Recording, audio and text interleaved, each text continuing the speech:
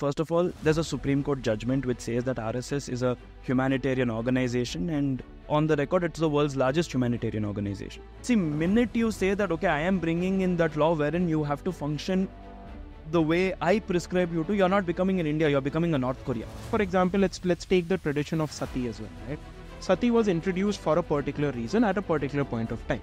But do you think sati, if it existed now, would it make sense? Yeah, nothing personal. Sati is the most flawed example one can give me when they link sati with customs or Hindu religion or say that this is how women were treated in ancient. Hello BO fam. In today's episode, I have Mr. Naman, a lawyer who focuses on all sorts of cases, civil and criminal. His experience gives our conversation a very unique perspective and brings in a lot of information that you will not find anywhere else. Along with being a lawyer, he is also an assistant professor at the BMS College of Law. In my conversation with him, we dive deep into the different laws of India, and he shares insights into Uniform Civil Code, CAA, the new criminal law, and much more. We also talked in depth about his experience with the RSS in the early days and how that shaped his opinions today. This is honestly one of the most heated conversations that I've had in the show as we clash and question each other's perspective on the political atmosphere of the country. So make sure to watch till the end. You're definitely going to enjoy it. But before we move forward, don't forget to like the video and subscribe to the channel. So let's dive in. Hello and welcome to another episode of the Barely Opinionated Show. I have Mr. Naman here, who is a lawyer by profession. Naman, obviously I'll give them an intro of you before we start this whole conversation, but why did you choose the law field? Well, I would say that I'm an accidental lawyer. Okay. So initially, because when I was in my 10th grade, I was into a lot of debating and things like that, a lot of these literary related activities. So my peer group, my family felt that law is something that is chosen for me. But after I came to my 11th and 12th, that is my first PU and second PU in Karnataka, I was into a lot of theatre and dramatics truly inspired me. So I really wanted to pursue a career which had drama, theatre, history and geography. But it was my father who was really hell-bent on me joining a law school and other relatives in the family who felt that I was going in the wrong way. And then they put me in a law school. Today I must tell you that maybe even though they get the credit of me finishing a law degree, the credit goes to them. Because of them, I am a lawyer today and a practicing advocate. And I think that's the best decision that someone could have taken and something that I gave into. When you were saying that I wanted to pursue a degree in acting and all of that, and I wanted to pursue drama, I thought you were going to say because I wanted to pursue drama, I took up law. But anyway, throughout your, like you said, you're an accidental lawyer, right? Throughout your journey of learning the law degree or the law course, did you not feel like it's too difficult to even pursue at this point? Was there, because it's a 4 or 5 year course, it takes up a lot of mind effort, it takes up a lot of energy, and it's a very difficult profession, obviously, right? Did you never feel like, okay, I think maybe I should pursue something else? No, absolutely not. Firstly, here in university gets the credit. I studied in this college University Law College, Bangalore. One thing that other students who are watching this podcast may be envious of me is that attendance was not compulsory. So first motivation comes over there. Second, I had really good professors, classmates, juniors, seniors who truly mentored me in the process. And one thing why I truly take this opportunity to give due credits to my law teachers or my law college as a whole was they allowed us to participate in a lot of extracurricular activities. Mm-hmm. Be it sports. I was into MUNing, that is Model United Nations, Youth Correct. Parliament, a lot of the elocution type debates. So attendance was never a big scene, as long as you're representing college. And then I went on to represent Bangalore University in debate. I was in the South Zone team in the national level. So considering that these were the hobbies that I was into, attendance was never a thing. In fact, I still remember one occasion wherein the principal called me. Like Monday, we have an exam. Saturday, he calls me and he tells me that exam, you take it light, we will take care of it, but you go represent the university and come Wow. back. We will see what best can be That's done. amazing. So that was the support that my professor, my principal gave me back in the day. So one, as the institutional ambience was such that I never felt tired of it. Second, the subjects were interesting. Like, when you say constitutional law, when you say code of civil procedure or criminal law, maybe the teachers truly made a difference. Like, every day they're coming and talking about murder mystery. They're talking about cases pertaining to sexual violence. And today we are seeing it firsthand as practicing advocates. So these things really kept us intrigued. And the fact that, unlike so many educational institutions, this is an educational institution where we were simple and, everything was so realistic, be it the diversity and so on and so forth. So that experience really kept us going. There are a couple of lawyers, honestly, that are like celebrity lawyers, I would say, right? Like famous lawyers. And one of the name that comes to my mind is J Sai Deepak. What is all your opinion on him as a lawyer and as a political commentator? First and foremost, J Sai Deepak sir, I've had an opportunity to meet him personally on various occasions.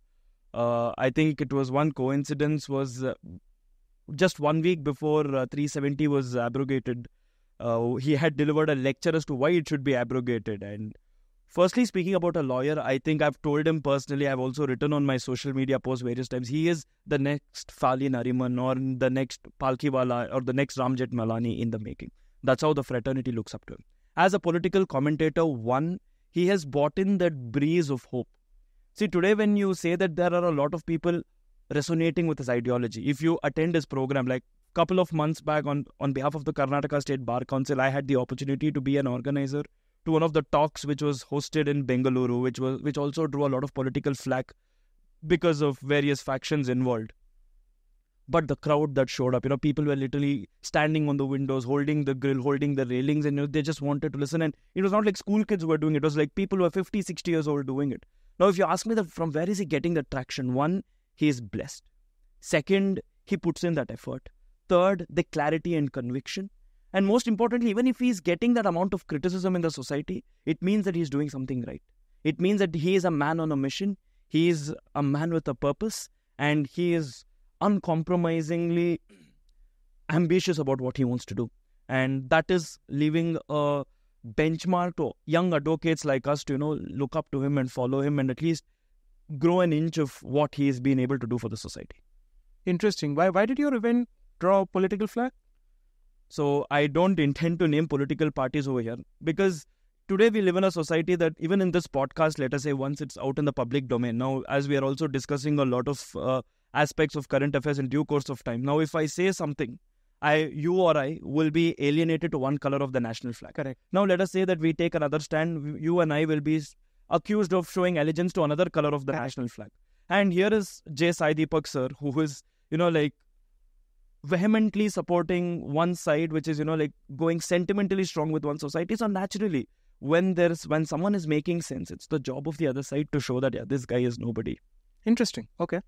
Anyway, let's go back to your childhood. You told me that one of the biggest parts of your childhood was being part of RSS. This is something that not a lot of people talk about, so I want to dive deeper into that. How did you get introduced to RSS? What impact did it have in your life? Oh, wow. So, RSS, it has a small sense, use the word childhood. I'm 27 years old now. So, for good 21, 22 years of my life, or maybe even 24, I grew up in this part of Bangalore called as Bangalore South, Baswangudi. And I belong to that part of Baswangudi, wherein one road ahead of where I stay, even to this day, you have this place called Keshava Krupa, which is like the state headquarters of RSS. One road exactly behind where I stay, you have this place called Rashtrottana, which is another organization which is run by a lot of people who are active members of RSS. So, and Bangalore South, to just give you and your viewers a small hindsight about this Bangalore South, it is one area where modernity marries customs. So you name the tech savvies. You may find people who are like urban cool, uber cool, who are tech savvies, who are well-to-do in their profession. And at the same time, when it comes to chanting the Rudram or wearing their customs on their sleeve, Bangalore South is the place. I can give you the finest example. Narayan Murthy and Sudha Murthy. They are from Bangalore South. Anil Kumble, Bangalore South. G.R. Vishwanath, Bangalore South. All are Baswangudi, Jayanagar people. And this is that part of Bangalore wherein especially you say Baswangudi, Jayanagar. These are not people, you say that, okay, my father came from Hubli, my father came from Hyderabad, Bombay, we settled in Bangalore. No. Like, these are people for like 7 generations, 8 generations, 10 generations have been living in this city. Now, one is the strong influence of the area. So, as I told you, this is an area where customs and modernity have a marriage. And RSS was one such integral part. Now, when you say RSS as an organization, today you attend any second shaka across Bangalore, you see all kinds of people attending the shaka. You have a grandfather who must be in his 60s or 70s. Then he's accompanied by his 30 or 40-year-old son. And he again brings along his 5, 6, 7-year-old boy to the shaka. This is the dedication a lot of families for generations have been giving to RSS and the commitment and dedication that they've been showing to the organization. But mine was nothing of that sort. In fact, if you talk about my family in specific, I think my father particularly is on the other side of the fence. But my allegiance or me joining RSS when I was young, now a small caveat, I'm not a part. When did you join RSS? Probably somewhere in 2007, 2000. How old were you? I was in my somewhere around 4th, 5th grade, Okay. 6th grade. Got it. So And how did you join it? Like, was it your parents that pushed you, or you went? no, this is where the interesting part comes in. So as I told you, the locality where I live, right, we had a small playground where on one part of the playground, the RSS people were coming and doing their shaka. On the other portions of the playground, we were playing cricket. But when they were playing kabaddi, it's an integral part of the RSS shaka system, where they play a lot of Indic sports. They were grabbing everyone's attention. So we were like, okay, chalo, hum bhi jayenge, khelenge kabaddi uske saath. So we said, okay, sir, can we join you? They said, yeah, of course you can join. It is for everyone, but you have a procedure. You just randomly can't come and play. No, there is a way to get into it. We're like, okay, fine. It looked fun. Like back in the day, we don't know what was happening, and we were not people with access to information, technology and all that. So had it been today's kids, first thing they'll do is Google what is RSS, see the reviews and then do. Nothing. Kabaddi looked fun, so we're like, okay, chalo, jaake khelenge. And then as we went in, it was not just, go play kabaddi. It started with a lot of things. There was a ceremony, you had to say a prayer. Then the last part was playing kabaddi. We were playing other games. Now, naturally for my friends, on the kabaddi adake, to just play one game kabaddi, you have to listen to all of this. Why is it worth it? Why can't we do it amongst ourselves? But for me, I looked at it in a different way. The stories they were sharing, a lot of people from various parts of the country, they were coming in, they were talking about they were sharing their experience. The lectures and the discourses were largely driven on nationalism, patriotism, freedom fighters whom we don't study in the school textbooks. And I still remember one gentleman had come all the way from Delhi. He was talking about his experience and how he was able to do social service during the Amarnath Yatra terrorist attack in Kashmir somewhere in the early 2000s. So these kind of stories intrigued me. So it was like more than kabaddi. I was attracted and driven to go listen to those lectures and play games like, like something like rapid fire, wherein you and I, let's say we play a game, you start with a Mahabharata character, I reply with a Mahabharata character, and it has to happen non-stop. So these kind of games, are truly testing, okay, how much of history do I know? How much of my own traditions do I know? And a lot of social service and also community organizing. So especially festivals like Raksha Bandhan, Ram Navami, Guru Purnima, Sankranti, Ugadi, like we were coming out as a Mahashivaratri. We were coming out as a troop, going around across the area. So it was like a nice community that you felt like you were a part of, and you felt belonging. You felt a sense of belonging there. Exactly. But when it comes to an organization like RSS, which is sort of influencing the mindset that you have, right? Isn't that harming the sort of way in which things work? For example, influencing a kid in the way they think is something that is that could be problematic, don't you think? Absolutely not. Because at the end of the day, first of all, there's a Supreme Court judgment which says that RSS is a humanitarian organization, and on the record, it's the world's largest humanitarian organization. Second of all, who does not influence a child's mindset? Can you assure me that a madrasa does not do it? And in what direction a madrasa is taking? Or a convent college does it? In fact, in Bangalore a couple of years ago, there was a conflict with one school wherein they wanted to make Bible reading compulsory. Correct. And here is an organization which is telling you what is Desha Bhakti, what is patriotism, what is nationalism, who are your true freedom fighters, who are your national heroes, what is women empowerment, what is the Indic history. They're trying to connect you with your roots. They're trying to connect you towards social service. What is true patriotism? Understandable, but logically, does it not make sense to separate the religious and the political angle, whether it's a madrasa, whether it's a convent school or RSS, from a child's life who is not old enough to make their own decisions? And second part of the question is coming to your case. Were your parents not sort of worried about the fact that you were being influenced outside of your school and your family? So I'll answer the second question first. Absolutely not. Because as a kid, I did not grow up watching cartoons, Tom and Jerry, Richie Rich, no. I grew up watching a lot of Dr. Rajkumar's movies, especially which had Indic history, like Bhakta Prahalada was my favorite movie. In Telugu, N.T. Ramarao, Danavira Shurakarna, Maya Bazar, these were my favorite movies. And Annamaya, Nagarjuna, Kineni Nagarjuna's Annamaya. These are the movies, like even now I can watch them on loop. Like Danavira Shurakarna and Maya Bazar is my all-day favorite. Sri Krishna Devaraya of Dr. Rajkumar is my all-day favorite. So these are the movies that I was accustomed to, and these are the movies that I grew up watching. So if it is something that is, if it is something that has been there with me since my childhood, so absolutely not. Second, what is religion here? When you say that RSS is driving you towards religion. No, not just RSS, talking about madrasa and convent school. That's the sort of debate, right? Like whenever RSS comes into the picture, then also we have to bring in madrasas and convent, because that's a general perception of that all three of them fall in a similar category of what they do, right? So take all three of them and sort of answer it in a holistic way. See, again, I am no spokesperson of the RSS. I don't know how competent I am to give this answer, but RSS is that organization that welcomes everyone. As long as you are, inclining with their ideology and dedicated towards their social service. You can still go to a madrasa and come and attend an RSS shaka. The RSS will not shut its doors on your face. You can still be a practicing Christian who can go to a church and wear your Christianity on your sleeves and attend RSS shaka, because what does RSS believe in? Ekamata principle. It believes that, okay, India, this is a Hindu Rashtra wherein, you are grounded by your principles, and here it says that whatever you do, irrespective of what you are, where you are, what is your background, how rich are you, how poor are you, that is irrelevant.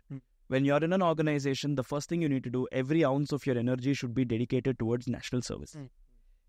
With the remaining energy that you have, dedicate for your organization and your team.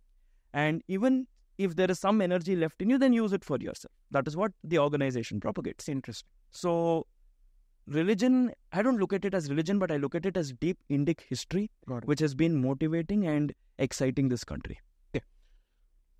So, now that I think about it, the impact that RSS has had in you and people like you that have been part of their shakas since a young age, now that I think of it, is it that the influence of RSS sort of started growing more and more and more in sort of the late 90s and the early 2000s, and that generation that was really young at that point has now grown up, which is why there is so much push for that ideology? Do you think that's the case? There are two things here. One, RSS as an organization, how we looked at it in 1990s, and second, how we look at it today. See, in the 1990s, RSS has been there since 1920. Correct. And this became the talk of the town, especially when the Ram Janmabhoomi Yatra started, the Rath Yatra started in the 1990s, which was by L.K. Advani, and all the right-wing Hindu organizations supported that. And a lot of people, when you draw the Venn diagram, those members who are part of the RSS, you will find most of them being a part of the Vishwa Hindu Parishad or the Bajrang Dal or even the BJP for that matter. Yes. But as an organization, they did not give their inclination to anyone. They went on with their core values. Be it politically, today you don't find RSS as a political party. They may support any candidate or a political party who sympathize with their views. Like, I can still be contesting as an independent member, but if I am from the Sangh Parivar, maybe they may not come on the ground and support me, but I'm sure that I'll always carry their blessings. Right. That's how the organization operates. In 2014, there was a different way how people looked at it, because so many of my friends, because that was a time when we were all turning 18 years and a lot of us were more politically matured. So a lot of them started seeing RSS as a launch pad for their career into politics. So even if you look at the statistics as to how many people joined RSS after they heard about Narendra Modi ji's credentials and so many people who have made it to the cabinet, a lot of people started going in. But they went with a motto that is, for a political career, instead of being a Karyakarta or working in the youth organization, RSS is a neat way of doing. But the Sangh Parivar as such does not encourage such people. Got it. Here they say that, you work on what is true. They are not really pushing people to, they're not really propagating the idea that if you join RSS, you have a political career on the right side. Got it. Interesting. Okay. Anyway, moving on from this topic that we are talking about, I want to come to the current situation that is in India. First, let's talk about a very important thing that's about to come in July, right? Which is the Bhartiya Nyay Sanhita, right?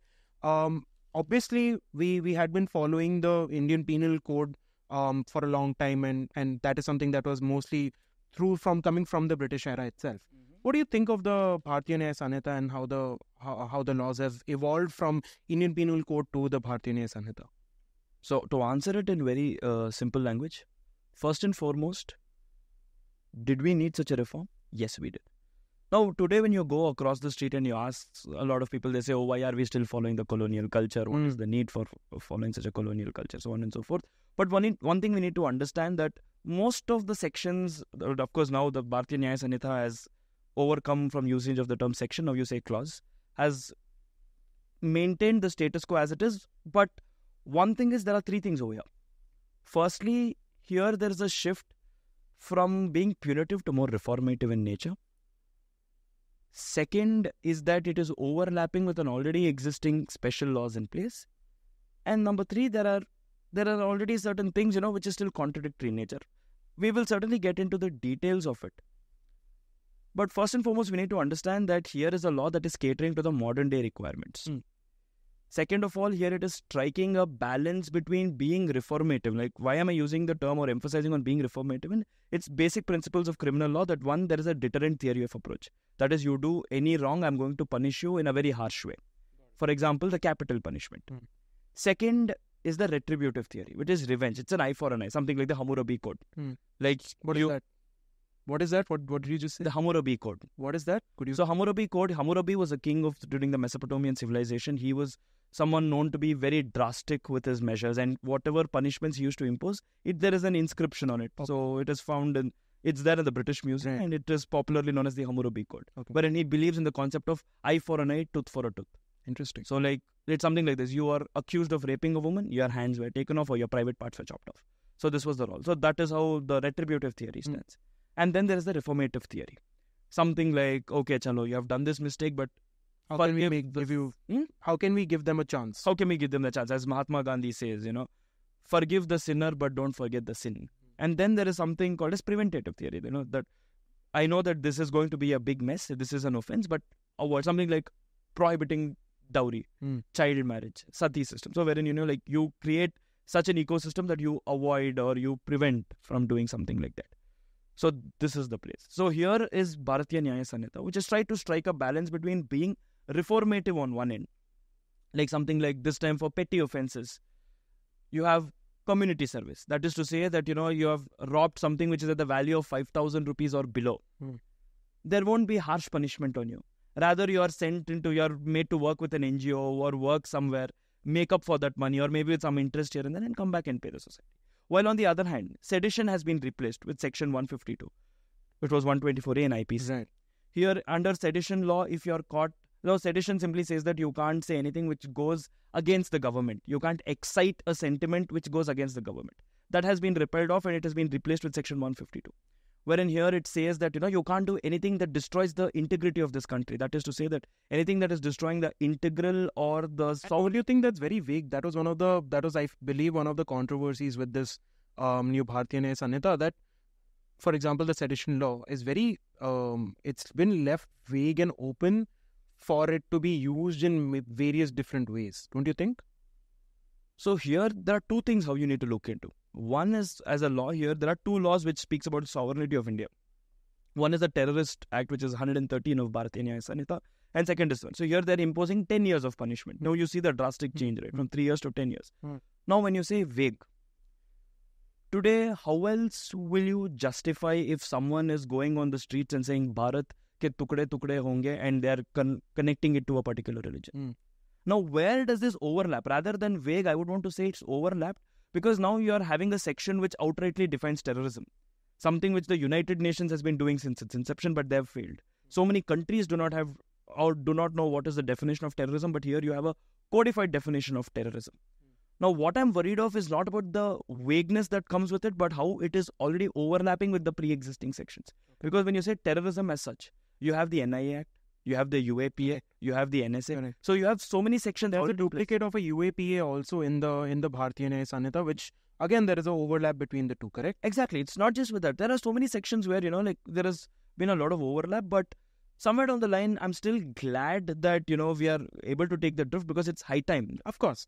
I agree with you that India needed to change the laws that were created more than 100 years ago, right? But again, like when these, as a lawyer yourself, you know that when there is something that is not specific, you can play around with it a lot, right?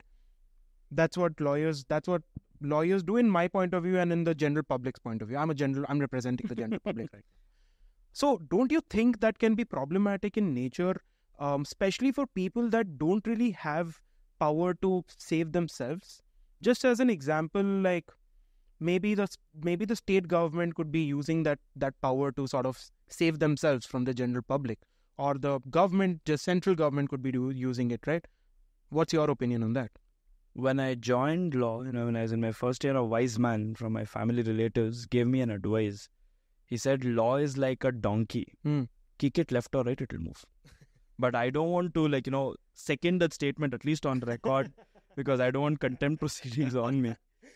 But one thing is, we need to believe that we follow the principles of natural justice. That is to state that you are innocent until you are proven guilty. Now, when you say that the state has been misusing, or government misuses, or the one with money, power, must... That's a general perception, I would say. It remains as a general perception. Because the classic example for this is the electoral bond case. See, when you say electoral bond, you say that, okay, government will misuse and so on and so forth. But you saw how the Supreme Court came. You're talking about the judicial institution of this country, the Supreme Court, which has survived an emergency.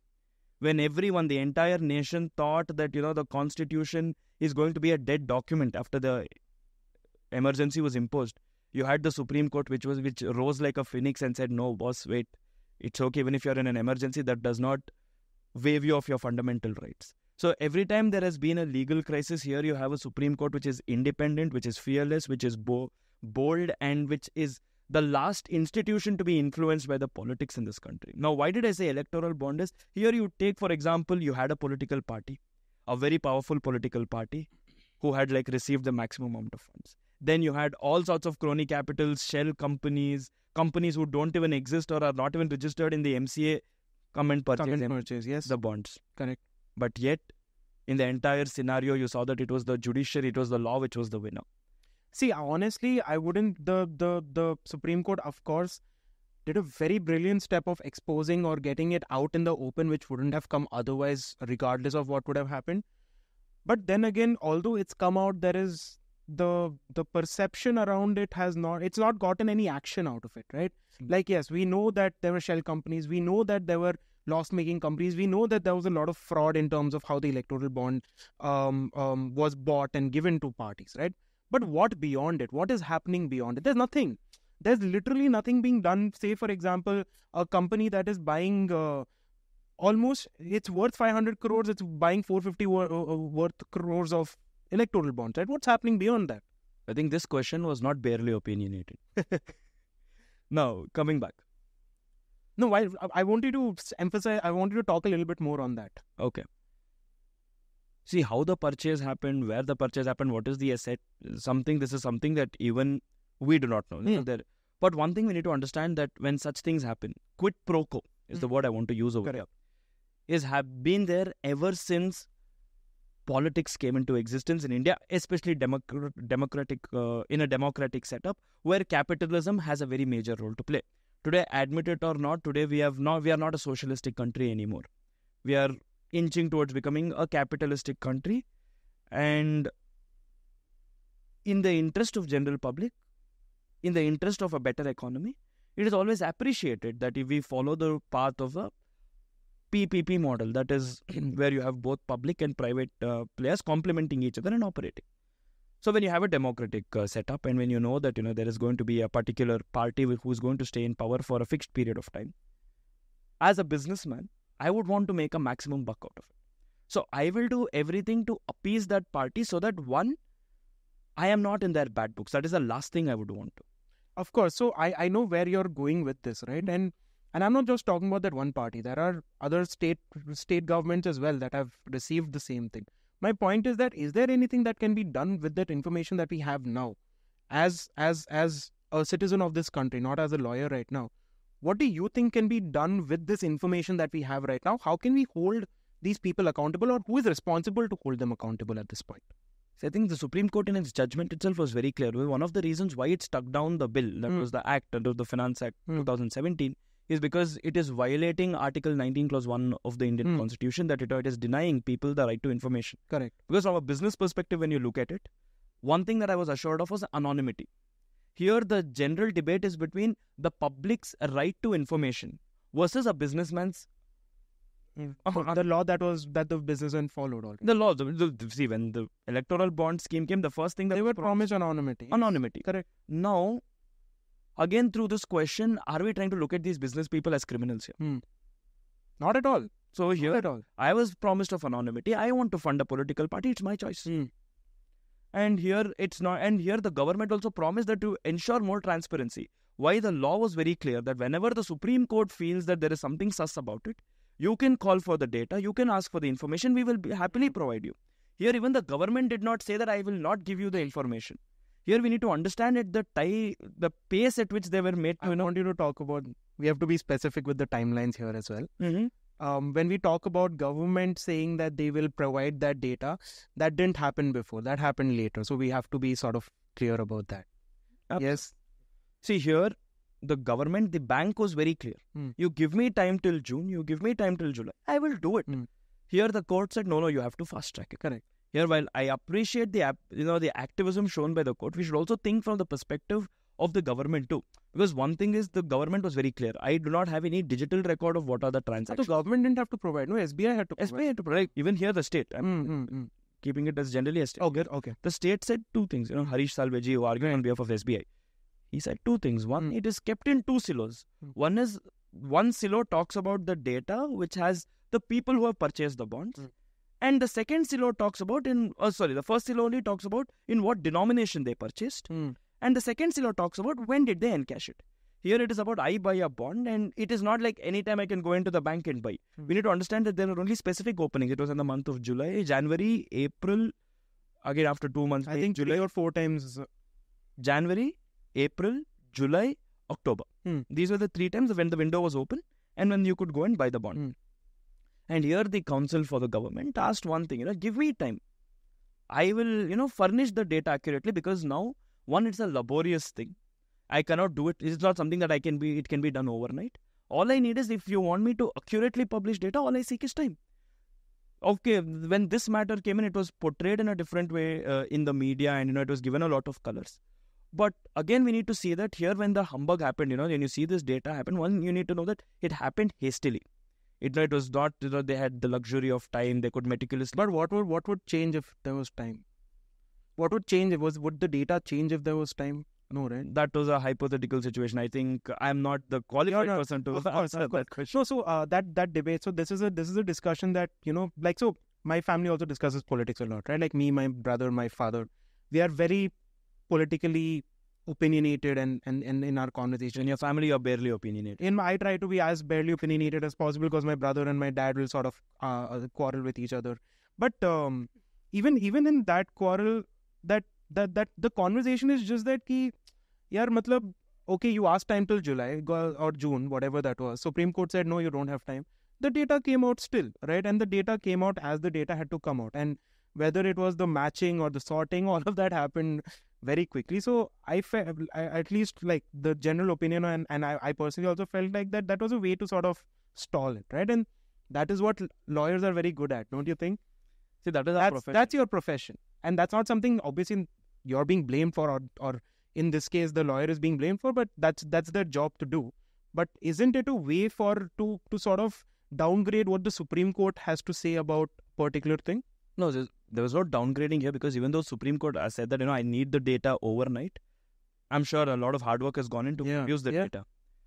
Now, second of all, here we have to look at the fact that, the electoral bond scheme as a whole. Back in the day, they were giving a lot of liquid cash. Now, minute there is liquid cash in the town, Correct. the colors the Correct. cash takes. Correct. So here the government's motive was, okay, chalo bhai, I will make it more transparent, and whatever is the transaction, it has to go through the bank. So True. Very clearly it said that I will not accept the colors in which the cash comes in, whatever is it, I am going to accept only white money. Correct. But it is not waiving of the fact that, you can still donate to the political parties through the trust, to the electoral trust. That is not, you can do it however you want to. That is not being taken off from here. The electoral bond, how I look at it in very simple terms is, back in the day, like, chalo, money was given like this. Abhi, backdoor. It's routed through something else, correct. It's routed through something else, piche se. But the only difference is, here whatever is coming to you is purely white money, whatever denomination. True. 500 or 1 crore. So that is what it is about. Maybe if there was one factor of maybe not having anonymity, it could have been a better scheme and there wouldn't be so many issues, I'm guessing. See, again, I'm playing the devil's advocate here because as much as you want to represent the public voice, I'm also thinking from the perspective of a businessman and those people. Now, as a businessman, I want anonymity. True. Like, maybe in the state, I'm still funding the party that is running the state government, and at the central, I'm still funding the party which is running as the central government. And I don't want to show as a very politically active person. So, as a businessman, and I don't want my people to know, because at the end of the day, as a businessman, I cater to everyone. So, tomorrow, as a customer or even as a lawyer, whatever be my political ideology, whatever be my religious identity, when someone comes to me who is completely opposite of what I believe in, at the end of the day, I am his lawyer. That is my first thing, because that is my bread and butter. Tomorrow, once that shell of anonymity is broken out and once that amnesty is taken away from me, maybe I may not get that customers who were once my hardcore friends. Very true. So as a businessman, I want to protect As a that businessman, definitely. But I think like the laws should cater more to the public than to businesses. Why businessmen are not public? No, businessmen are public, but general public is a larger population that needs to be taken care of, yes? But right to privacy or anonymity is also equally important. But right to privacy in personal life is important, not in public matters. As much as I accept it, like, again, rather than drifting it away from the quarrel that we want to establish here. See, as a businessman, I do everything that looks after my business perspective. True. And here, when I'm here, one is my clientele. Second is the fear of law enforcing authorities here. Now, the bigger debate here is, why did I even fund? Either I'm passionate to fund a political party, or I want to be in their good books, or I know that I've done something nefarious in the past, so I want to save myself from the enforcing authorities. Correct. So there are various reasons. So either I'm already in the hit list, so at least to reduce my sin, just like how you go confess before a father. This is like some sort of a confession you're doing before the government that's saying that these are the things that I've done. Now I know that you know all my things, but lelo, I'm doing this for your government, I'm doing this for the party. Now leave me. Or it's like, if this guy comes, I know he is going to like take my case, so better I stay in his good books. So, and I don't want the general public to know. Yeah. No, you take Rahul Gandhi's, recently he filed an election affidavit, his nomination in Wayanad. When he filed, a lot of his stock investments came. Correct. Since you're a visionary, you want to know a lot about the future, you're also getting into the hypothetical aspects of it. You take those companies. It was Bajaj Alliance, it was Britannia, it was Tata Steel, ITC and all these companies. Now just see their performance in the stock market when Congress was in power. Hypothetically, let us say 10 years, 20 years, 30 years down the line, if at all Rahul Gandhi or the Congress party gets to be the Prime Minister or form a government in the central. Because for this elections, the verdict is, I'm not trying to be political over here. Neither am I. I'm speaking the facts which is there in the law of the land. You just see the power in states where Congress is in power. You just see the performance of these companies. No, performance to general market has done really well. Like, if you look at ITC has gone bonkers in the last 3 years or something, right? So, when you talk about stock market, it's only in the growth that the stock market has seen in the last but what about 4 Bajaj? years. Even Bajaj, if like in general, if you see the growth, it's only in the upward trajectory, whether you compare it before 2014 or after 2014. Compare him with Adani. Like, when you go 20 years back, Bajaj was talk of the town. And Bajaj has been that industry which has been there since the Indian independence. And even the Bajaj, the managing members of the Bajaj, they've come out vocally against the existing government. But generally, again, that is something that we can, because we can talk about Adani stocks. Then there were issues. So there's always like talk that. About Reliance. So that is a. The point is whether politics is business or business is politics. That's like asking or answering what came first, the chicken or the hen. So that is a never-ending topic of discussion. True. Because some people tell me that politics is the best form of business. Some people tell me that business is the best form of politics. So it is interesting, like very interesting. But when I have this conversation with you and when I hear you talk, isn't it frustrating and annoying to be a lawyer when you have to like debate and prove someone wrong all the time? I'm paid, buddy. True. I'm paid for it. True. So do you enjoy this process of going through that so much stress? So again, Is it worth it? When I was in my initial days of law school, another gentleman comes up to me and tells me that, oh, you got into law. I said, I'm doing law. Oh, don't worry. Now, this is a profession wherein you have to make everyone's problem as your own problem and deal with it. Correct. So on one side, we are individuals. Everyone has problems. So I'll have my share of problems. But your problem is holier than thou. So here, I'm like giving my 18 hours of day or 16 hours of day, or however long I'm working in forgetting my problems, keeping that aside and working on it. So I'm trained for it. I have prepared myself for it. And fortunately so, I am in the litigation side of it, wherein it's even more hardcore. Like unlike so many opportunities today that law students have, like in the corporate sector or in the in-house counsels or within the bureaucracy. We are one of those rarest of the rare breeds who still prefer to wear the black coat, still follow certain things of the colonial culture, right? Being paid peanuts, but yet go and show ourselves in the court of law. Correct. But being paid peanuts is just the temporary phase. Let me be too modest about it. 10, 15 years down the line, we'll be making more money than all of them put together. Are you saying like in general market, or are you saying like based on the experience of the lawyer? Like the 10, 15 years, you mean like when you start 10, 15 years of hard work and then you start getting paid well? Is that what you're saying? Yes. In law profession, it's always like that. Okay. See, today what happens, law as a profession has been one of the oldest professions. So that is to say that this is still that profession which says that, making money is a slow process. Unlike today with IT, BT sector and with a lot of entrepreneurship booming, people are becoming millionaires, billionaires overnight. Like all the people, like I think in India, you have around 113 unicorn companies. Correct. And you see all the CEOs are like in their mid-30s or early 40s. Or some of them even in their late 20s. But law profession is not like that, like you will take 10 years. Traditional, yeah. It's been one of those traditional professions. And with my counterparts in the corporate sector, again, it's the same thing. They're being paid big. That's not the scene with the litigators. It will take good 5-6 years until you get a decent salary and to show that, what I am earning a sum which is honorable enough to sustain a living in an urban city like Bengaluru or Mumbai or Delhi. And so, what I've realized is when we talk about, say, the media space or the political space or even the law space, there is a certain type of interest that comes, like you said, when you were introducing or when you were talking about your early life, you said that you participated in a lot of debates, you did MUNs, and I come from a similar background. During college, I did debates, I did MUNs. That is what got me into doing what I do as Barely Opinionated. Do you think do you think that really is the one that makes an impact for someone's career to get into these professions of, say, politics or media or law? Or have you seen lawyers become lawyers without having that kind of a background in college? Two things here. The best lawyers you find in the High Court or the Supreme Court today are people who studied in government schools. People who grew up on their own are all self-made individuals. Okay.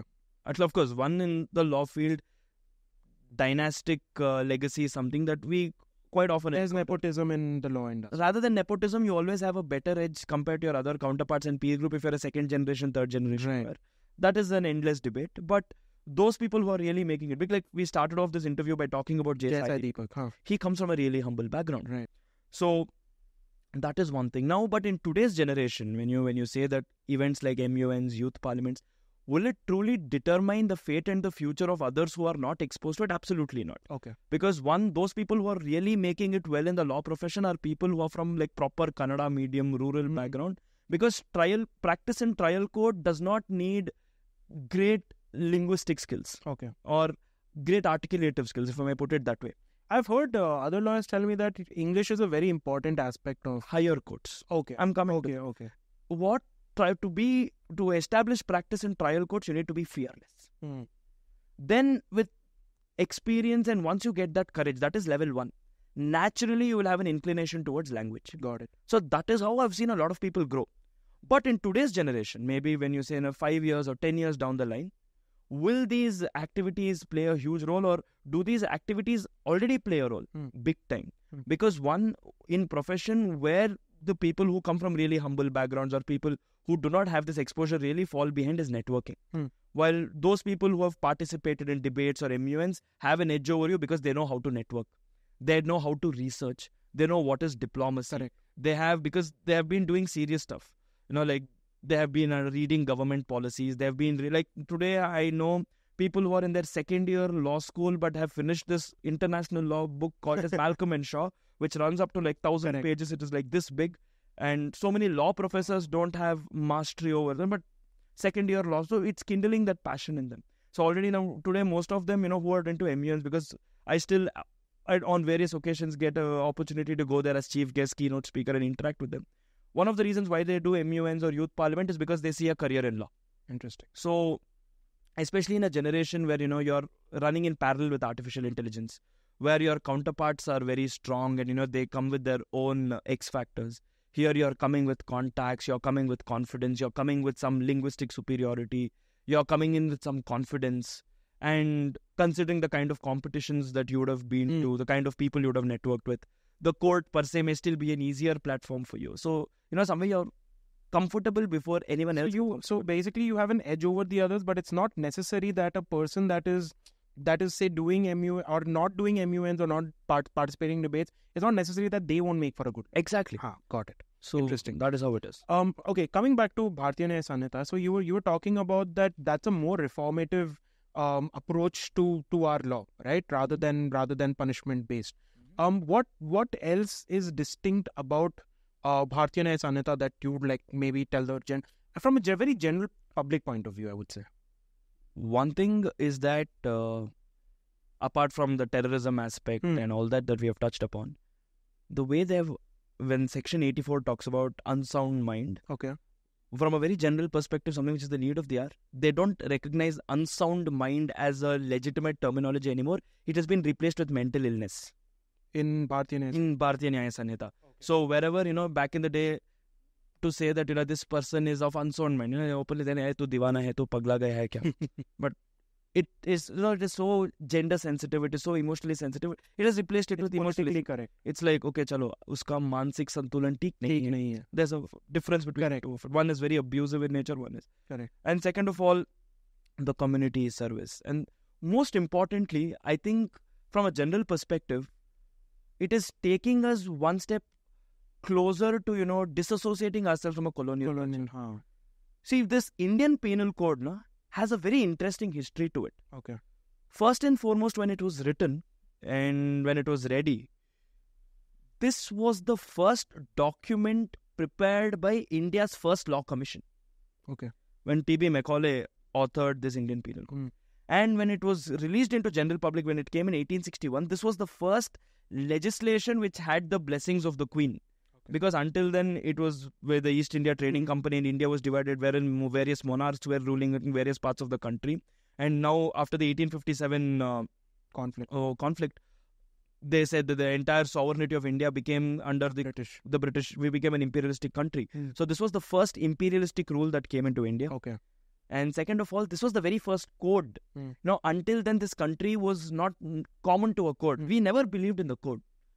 When we are discussing about Uniform Civil Code, I'll deal into greater details of this. But this was a country that was strongly driven on customs, that was strongly driven on culture, traditions. I think when the East India Trading Company, when they got the dastak and established their industries in various parts of the country, wherever they said that, okay, wherever I have my factory, I want my rule of law to hold place, they were following a lot of Mohammedan laws. Okay. And for example, in state like Mysore state, when it was under the Wadiyars, they had their own laws. And back then, Mughals were shrinking. The Marathas were supreme. So Marathas had their own laws. Correct. Now here, you are like telling that all that is fine. We are putting that all aside. Here you have one criminal code. I enviously, appreciate Macaulay. The envious is the keyword over here, because if you credit, or if you say that out of 10 things that you see, 6 things are bought by, or 10 things that you say the Britishers have bought into India, 6 things Macaulay has unilaterally done so. Oh. One is the education system. Okay. No, because he introduced English first. Then he introduced all the subjects that is being taught in England. He introduced the Greek style of mathematics. which directly started competing with Gurukula. So once the education system came in, the convents started using it as their advantage. They said that, okay, this is a church. The church runs this school. So join your child to this school. And that's how Interesting. it helps. So the convent schools were looked at as more superior because they were... Because it was all Makale's doing. Interesting. So that is how, like this man. So why did it take us so long to sort of move away from it? We got like the most comprehensive piece of book, which is the Constitution, right? When it was prepared, and if we had the capability to build the most comprehensive constitution that exists in the world, why did it take so long for us to come up with a new IPC or the new criminal law matter altogether? As I already said earlier, even now we have not completely drifted away from the old provisions. The new provisions are hardly or even the changes or whatever we see in the Bhartiya Nyay Sanhita are hardly 10, 15, 20 in number. It's mostly taken from that and little bit here and there. Here and there. Like out of this 500 odd, 600 odd sections that it holds, here is a law which has around close to 300 odd clauses under the Bhartiya Nyay Sanhita. So have we completely drifted away? No. See, now we need to understand that whether you like it or not, it's been more than 150 years that we've been accustomed to it. Well, the Constitution is 75 years old. And these are the laws, today it is defining what is a crime, what is a murder, what is a rape. And as a society, you're ingrained to it. And these are the things that you can see. Which you see back in the day, when I say hundreds or 200s of years ago, let's say we all lived in a village, when there was a robbery.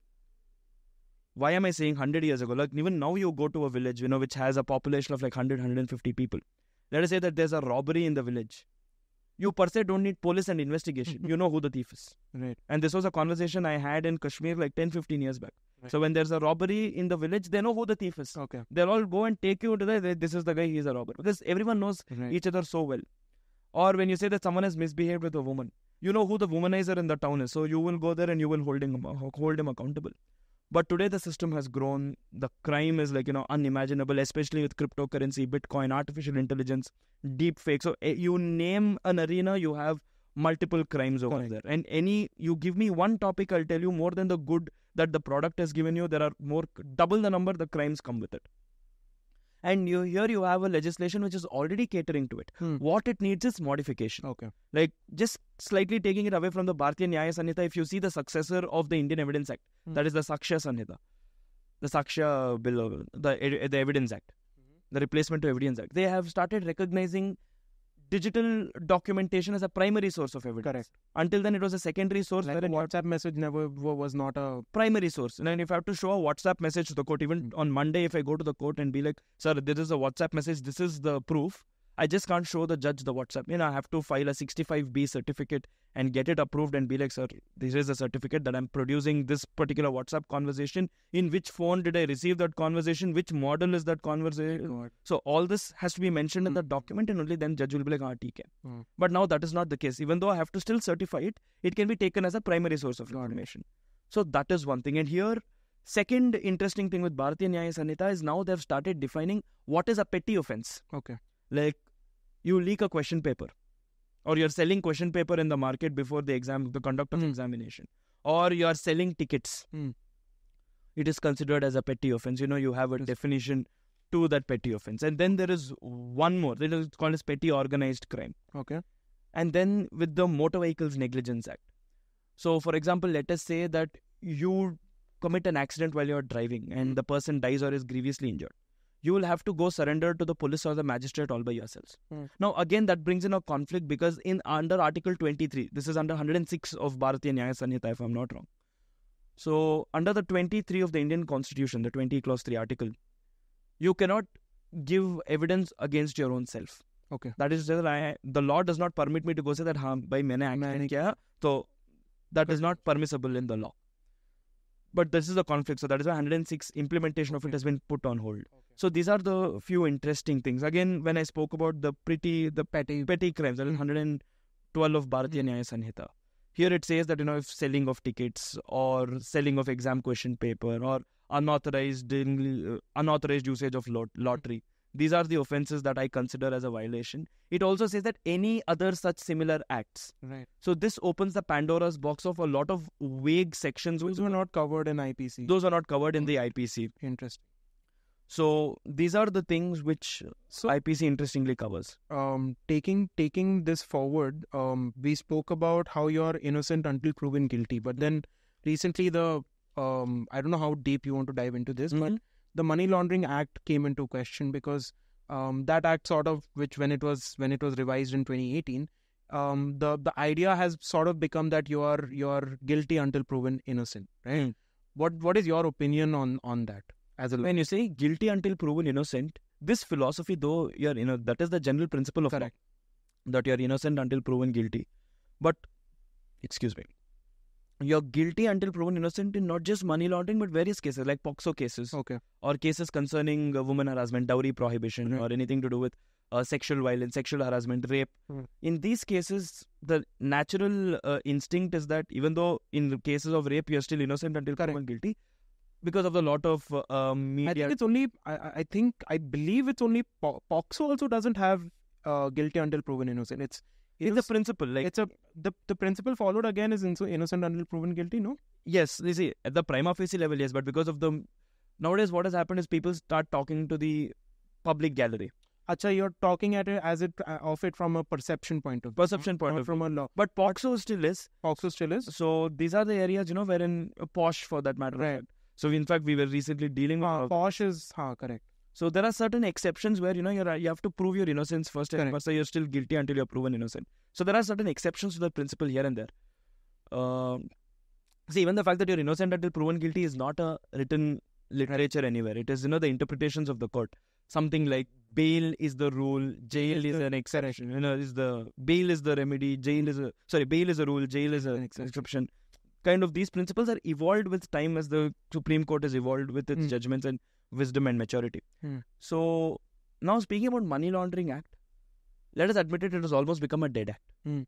So today we are seeing that how it is being politically, whether we don't know whether there is any juice in it, because this is where I want to quote Piyush Goyalji. He recently said that the BJP or the government is not kind of targeting them and labeling them. It is just that the efficiency of the law enforcing agencies have increased and they're just catching up with the criminals.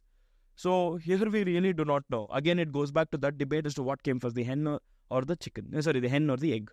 So that is the principle here. Okay. Of course, there's a lot more questions there, because when you talk about enforcement directorate's efficiency that has increased, again, I actually won't dive into it, because you know and I know that there's a lot more to be discussed there. But I want to move on to the Uniform Civil Code. What is your opinion on the UCC? First, let's define UCC why don't you help the general public understand what UCC is?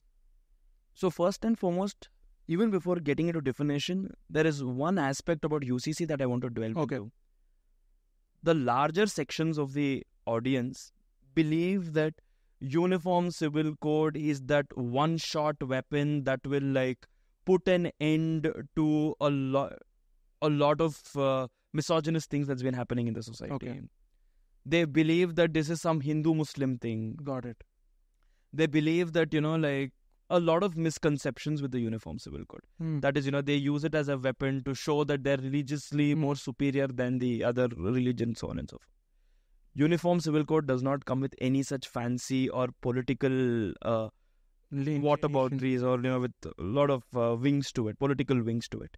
Uniform Civil Code, in layman's understanding, is this: you have various religions in this country. Every religion or a particular custom, there's a way of functioning. Ever from the time you are born, from the mother's womb till you sleep in the tomb, you are bound by a lot of principles, and these principles are strongly determined by the religion that you belong to. Right. It goes by the religion that you belong to. And most importantly, so this Uniform Civil Code talks about what happens to you in time of a marriage. So tomorrow you get married, under what laws you get married. So when you're getting married, what are the rights of the groom, the bride, and how do you live in this institution of marriage? Essentially, the private sort of laws are governed by religion as of now. Exactly. And Uniform Civil Code is just to unify all of it and to make a one. Yeah. Exactly. So this is where you have marriage, succession, inheritance, adoption, so on and so forth. So to bring up this, so basically when it comes to these things, every religion, when you talk about succession, in a Muslim family, the male child naturally will have more rights than that of a female child. Adoption, a female cannot adopt or a male cannot adopt a female child. So from religion to religion, it varies. Right. Succession, inheritance, co-partitionary rights, and these are technical law terms, but I'm keeping it very simple at this case. Now here what has happened is we need to go back to the Constituent Assembly history. So when the concept of Uniform Civil Code was tabled, here was Pandit Jawaharlal Nehru, B.R. Ambedkar, Alladi Krishna Swami Iyer, three people who were like the most tallest advocates of Uniform Civil Code. They said that, yeah, this is something that we need to bring in. This is something that will empower women. Now, three questions came in. One, what is the guarantee? Or why do you want to use a law which will infringe into the local customs and traditions of this place? So the opposition to Uniform Civil Code in the Constituent Assembly was led by three people. Poker Islam Sahib Bahadur, then Hamim Sahib, and one more whose name I'm not able to recollect at the point of time. Three people. And they said that, one, why the customary practices is something that has been happening for thousands of years and families are following it and families have no problem. Why do we as state infringe into something and tell as a state, why should we tell them as to this is how you need to follow your custom, this is your codified law, this is how you need to go about it. And third is that there are so many people living in India who are from tribal communities who live in vulnerable pockets. So how are you going to spread literacy amongst them? So this was a very fiery debate within the Constituent Assembly. So it was because they wanted to include this in the fundamental rights of the Indian Constitution. The committee meant to determine on what should be the fundamental right and what should not be the fundamental right sat upon it. And it was a 9-member committee led by Sardar Vallabhbhai Patel. So 5 members, including Sardar Vallabhbhai Patel, voiced out his opinion and said that, boss, we cannot have Uniform Civil Code as a fundamental right. Because they believe India was not ready for it. They believe that India was not believed for it, because when you say that this is a country and what makes this country a unique country, this is a country that stands on its traditional values, that stands on its customary practices, that stands on its traditional and religious ethos, and by bringing in something codified, it doesn't make any sense. Now, speaking about Uniform Civil Code, and you asked me what is my opinion on Uniform Civil Code, let me first untangle everything that is associated with Uniform Civil Code, and then I'll give you my opinion. So when this was the opinion of the Constituent Assembly, they said that, okay, fine, we cannot have Uniform Civil Code. And during the Constituent Assembly phase, it did not pass. As a consequence, Ambedkar was truly upset and he had to resign. He relinquished his position as a law ministry. Then the first general elections happened and again he was nominated back to the Rajya Sabha. He sat there, and when he came back, they said that, okay, Uniform Civil Code though was a hard exercise. They had to put an end to the debate, because had they continued with Uniform Civil Code as a point of discussion, we wouldn't have got our constitution on 26 January 1950. They saw that this is a never-ending debate, so the entire process will get jeopardized. So let us push it to a further date, and for now, let us put it in directive principles of state policy. Now, after the first general elections happened in 1953, when we had a fresh government formed and the new government came into picture, they said that, okay, Uniform Civil Code, putting all the religions in one basket is going to be a Herculean task. Let us take the Hindu religion. Identify what are the loopholes. Again, remind you, this was not any census, referendum, or without taking common public into consideration. It was a group of people sitting in the parliament who had power in their hands, and of course, it was naturally a single majority government.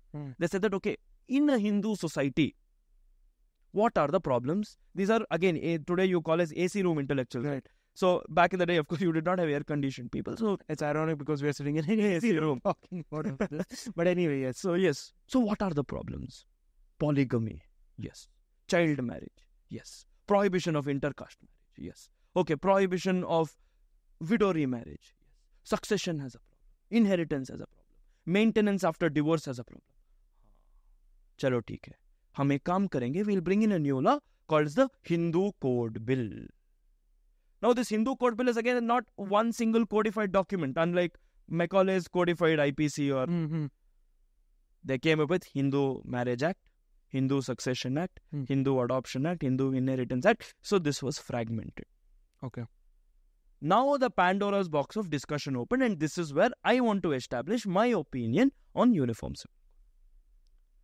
See, first of all, the concept of codifying customs itself is an Abrahamic concept. Right.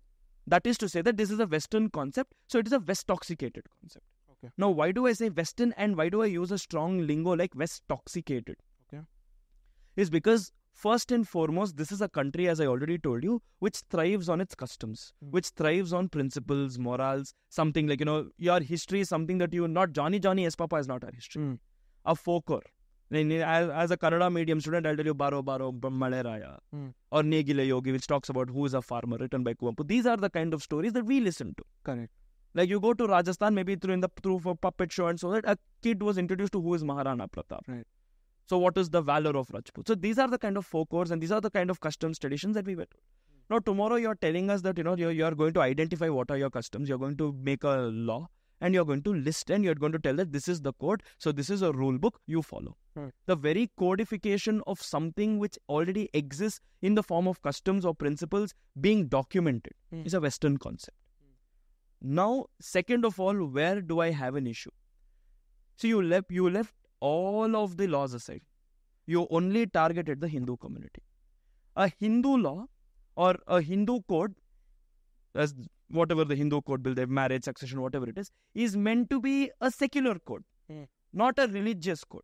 While the Shariat is meant to be a religious code. On one side, you're preaching about equality. On one side, you're preaching about all religions are one and the same. But so you're saying the basic point is that the Hindus had to sort of give up on their customs and their traditions just to show that they're secularism. But the other religions didn't. Other religions still had it their way. They had their. Like even now, to this day, as per the Hindu Marriage Act, it is about 18 and 21. In fact, they wanted to increase women rights in the parliament recently, but even that met with a lot of stiff opposition. But as per the Islamic laws, once you turn an adult, you can be 15 years, 16 years, 17 years, but once you undergo a biological, as a laws of nature, certain biological developments happen within your body, you are declared as an adult, you are entitled to be married. So today you tell me in a country which has 1 billion population, where around 18 languages are officially recognized by the constitution, 1,000 dialects which exist in this country, where there are around more than 3,000 castes surviving, of which 6 ethnic groups are more predominant, and more than 3,000 castes in fact, how are you going to bring them under one unified statute? You're already done with the Hindu law. So tomorrow if you're going to come up with a literature, what is the guarantee that you're going to preserve my customs, my traditions? When I say customs and traditions, it's not a small thing. This is something that my ancestors for thousands of years have preserved it. But okay, so first question is, don't you feel proud of the fact that as a Hindu, when your laws, or in this case say your laws, are standing up for women's rights in a way where you're giving more advantage to a woman's life, which may not have been there before, right? I'm just saying hypothetically. Don't you feel proud of the fact that you're setting an example for other religions to follow? Number one, the woman pride was always there. When I say uniform civil code, and that is the reason why I said few AC room intellectuals back in the day sat, of course they didn't have AC, but sat in the parliament and decide. They did not do a detailed study about the Hindu custom, Hindu traditions. You talk about the Illate Nayar Kutumbakam of Kerala, or you talk about the Meiteis of Manipur, or you talk about Kodavas of Karnataka. Where in the Indic culture or where in the Indian society did you feel women being less empowered? And even if you so tell me that, it was in 1954 only after Hindu Marriage Act came or the Hindu Succession Act came. Sir, until 2005, women were not entitled to father's property, sir. It was in 2005 when an amendment came and they said that, okay, even daughters have equal amount of co-paternity rights. Exactly, that's my point. Like, these things should have been there already, right? Like, to show that there is equality and there's justice between two different sexes, it is important to have these changes. And when we talk about it, I know that you're talking about having a cultural debate versus a law debate is, I feel, very separated, because one is like you're talking about that is hard fact, right, which is the law. But when you talk about culture, it's very subjective and it's very perception based. For example, if I'm a Hindu belonging to one particular state or one particular religion, the way my family probably practices the religion may not be even the same as someone else living in the same region following a different kind of a way, following a different religion or a different way of practicing the religion itself, right? So, again, culture is very subjective from person to person, and obviously culture to culture and the religion to religion. But when we put a law to it and try to unify it, doesn't it make the system better to be followed and to be governed? But my question starts there. Who is the state to tell me how I should follow my culture? Now, when you say that, in my culture, this is how my family... So then you have to exit the society, no? If you want that, because then you have to live outside the society. No? No. See, here, this is what it is. When you say there's a law, there's a custom. Understand that this custom has been prevailing for thousands of years. When you say your ancestors have preserved it, know that to preserve this culture that you and I are following, or what is followed in your family, what is followed in my family, my ancestors have fought wars. They have died. They have gone through capital punishments, especially during the Mughal rule. There were hardcore taxes imposed on me just because I was, or my ancestors, just because they were practicing Hindus. But despite embracing all that, today I can still celebrate Deepavali in my house. I can still place idols during Dasara. I can still burst crackers during Deepavali. It is because this is something that my ancestors have left behind. Despite so much of torture, when so many of my counterparts or many families living in our society got converted or fell in for the coercion imposed by the then monarchs, for various reasons, this is something that is still carried out by my ancestors, and I'm proud of following that lineage. Of course. Now, law is here. Which is the older one, the custom or the law? Custom is older, but then obviously we need to evolve with time as well. So law is here to complement those customs. So just because in the name of evolving with time, now to evolve with time, now just because we are a globalized country, you're Rohan. Now let us say you work with an organization where Rohit, by the way. Rohit, I'm so sorry, Rohit. Now let us say that you start working with the BBC. You will not change your name to Richard. You will still want to maintain as Rohan and Rohit and go on with... Correct. But I would follow BBC's rules. Like if, say for example, I am doing something in a XYZ way, and if BBC follows it in an ABC format, I will not change my name, but I will follow their rules because I'm part of their organization. See, this is where it comes into picture. So the law is meant, and that is where the literature of the law, you take 25, or you take the preamble, or you take anything to do with the law, it gives you that flourishing right. Okay. See, minute you say that, okay, I am bringing in that law wherein you have to function the way I prescribe you to, you're not becoming an India, you're becoming a North Korea. Okay. That is what makes India, India. Okay, that's a very interesting analogy. I honestly don't agree with it. I have to disagree with your point of view, because being a part of the society, you need rules, you need to... So for example, let's take the tradition of sati as well, right? Sati was introduced for a particular reason at a particular point of time, correct? I don't want to dive deeper into that, but it was there at that point of time for a particular reason. But do you think sati, if it existed now, would it make sense? I don't think so, right? So that is why the times evolved, the practices evolved, and the way we live as a society evolved, and we are who we are because of the things, because of our environment, because of the adaptation of our laws and our culture. With all due respect, buddy, sati is, again, nothing personal over here. Sati is the most flawed example one can give me when they link sati with customs or Hindu religion, or say that this is how women were treated in ancient India. And why is that? Firstly, let us go back to sati. Sati happened in pockets. And when you take that, sati was something that is cardinal to the Hindu philosophy and Hindu way of life. No, that's what I'm saying, right? Sati was introduced, you say pockets of India, for sure. But then it was introduced because they wanted to protect the women from being harassed by the ruler, or that was the main reason for introducing. See, the thing is, so that does not make it religious or customary. But that is the custom that Hindus were following, or pockets of Hindus were following, because they felt like the Mughal rulers would take advantage of these women because they don't have a protector, they don't have a husband, at least from that historical point of view. That does not give it any customary angle. That makes it social. Okay. Show me one state in the south which had an atrocious practice towards women. Okay. And predominantly sati was... Again, I wouldn't be able to comment on that because I don't have enough knowledge. Absolutely. See, the point is sati was especially between the Rajput women who were from the royal Kshatriya clan. Even if you go back to the ancient literature or the old literature, you never have a Brahmin woman or true. It was the Kshatriya women who were the wives of the soldiers. Correct. Because as you rightly have identified and have understood this, when the Muslim or the Islamic invasion happened, I stand corrected, it's not Muslim, it's the Islamic invasion happened. One thing was to loot India. The motive was very clear. Second was to sexually exploit India, because for various reasons, when they know that when a woman is sexually exploited, and the next offspring that comes up will help them build their race. Okay. So abduction of women was another second or the equally important priority on their list.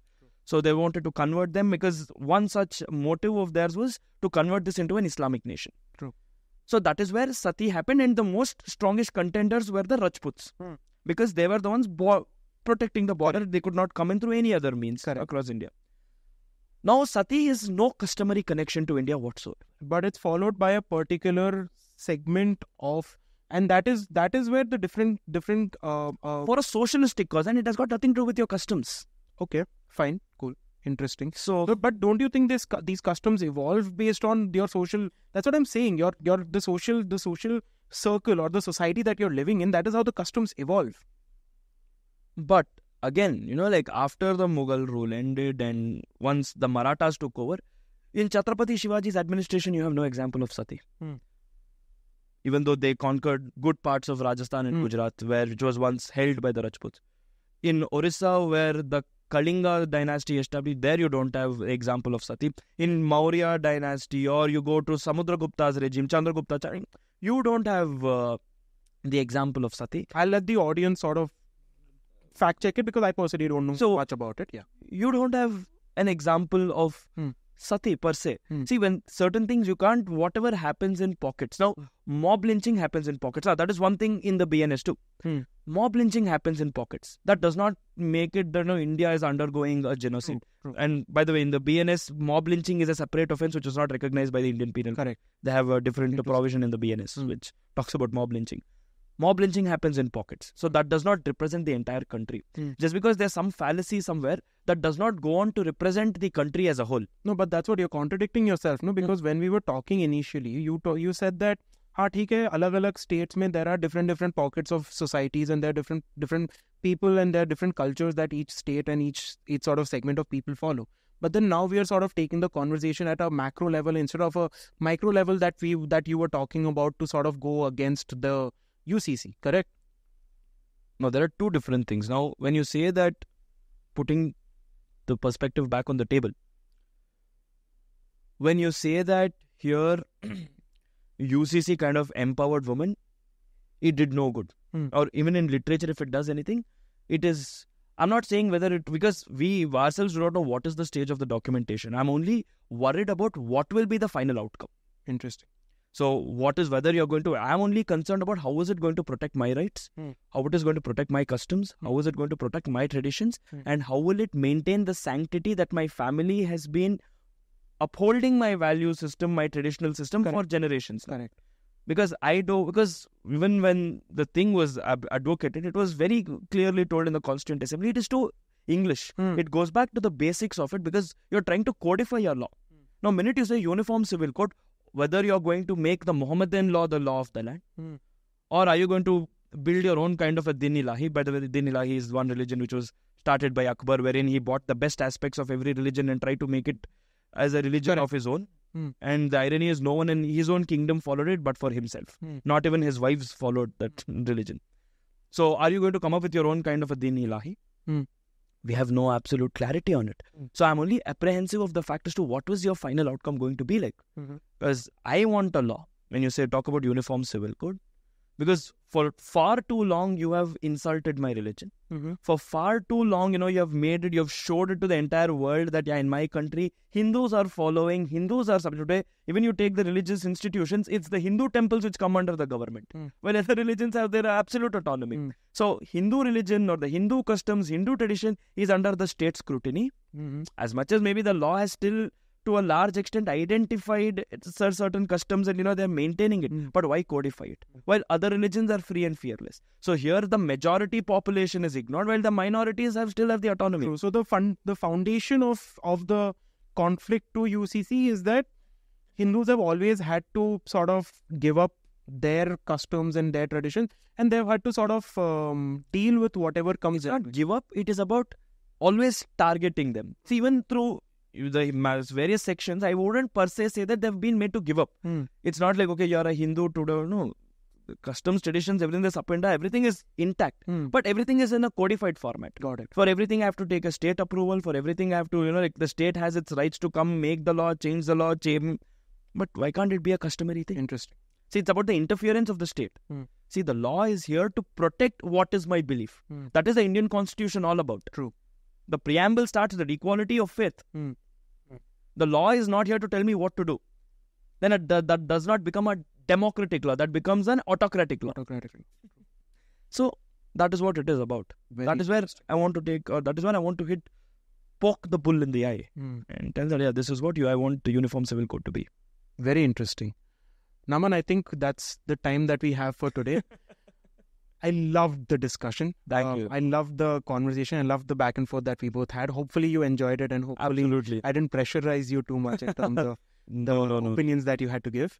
The same here. I hope I was not too aggressive but disrespectful in the end. Loved it. One of the best conversations that I've had. Thank you. Thank you so much for coming in. Thank you so much for sharing your opinion. Pleasure's all mine. And anything you want to tell the audience before you leave? Dharmo rakshati rakshitaha. Protect your dharma will protect you. Protect your law, the law will protect you.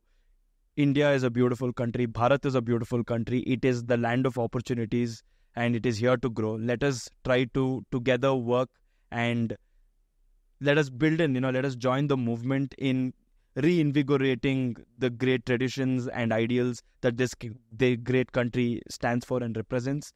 This is the most ancient civilization in the world that has taught the world how to live peacefully, how to live in amalgamation, and how to protect yourself and protect others and spread knowledge. So let us keep the core values of this nation intact. While we believe that globalization is the new normal, let us think global but act local. Thank you. Amazing. Thank you so much. Thank you so much, guys, for listening. I hope you enjoyed it. Make sure to subscribe, make sure to like, and thank you. Jai Hind.